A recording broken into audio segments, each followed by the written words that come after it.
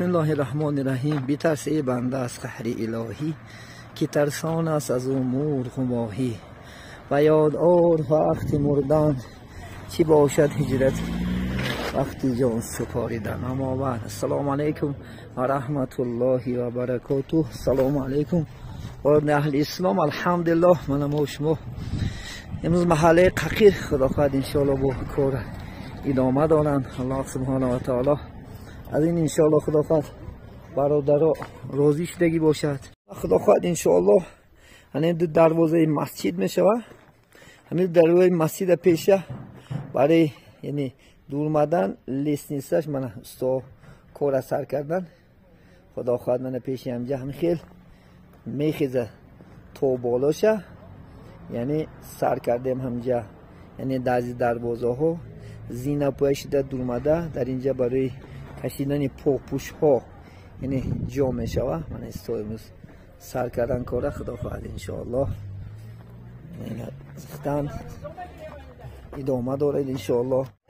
انا اما بعضی جوانان نو از شهری روس اومدن لیکن آرزو داشتن که در خانه خدا خدمت کنن. الله این برادران مناسبت خدا الله مبارک شو بگردونه. الله با هم از اینم کوچک خوشیت.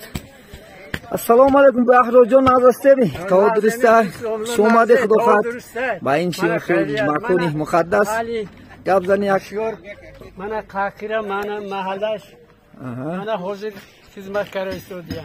الحمدلله. من رحمت من با شما من همه قصردوری کردم. من این کار کردم. رحمت انشاءالله نداری میکنیم برای شما. دویم در دعا باشید بچهای خدا خواهد مسافرم خدا کش قوتیت انشاءالله. خدا خواهد رحمت دومون این کار خوب این کار عادی مکان عادی شه. خدا خواهد عادی قشلاق همینه انشاءالله. خانه خودش الحمدلله. الله شما هم راضی باشد. خدا خواهد با اینم دولت های پیریت بکرد خدا انشاءالله.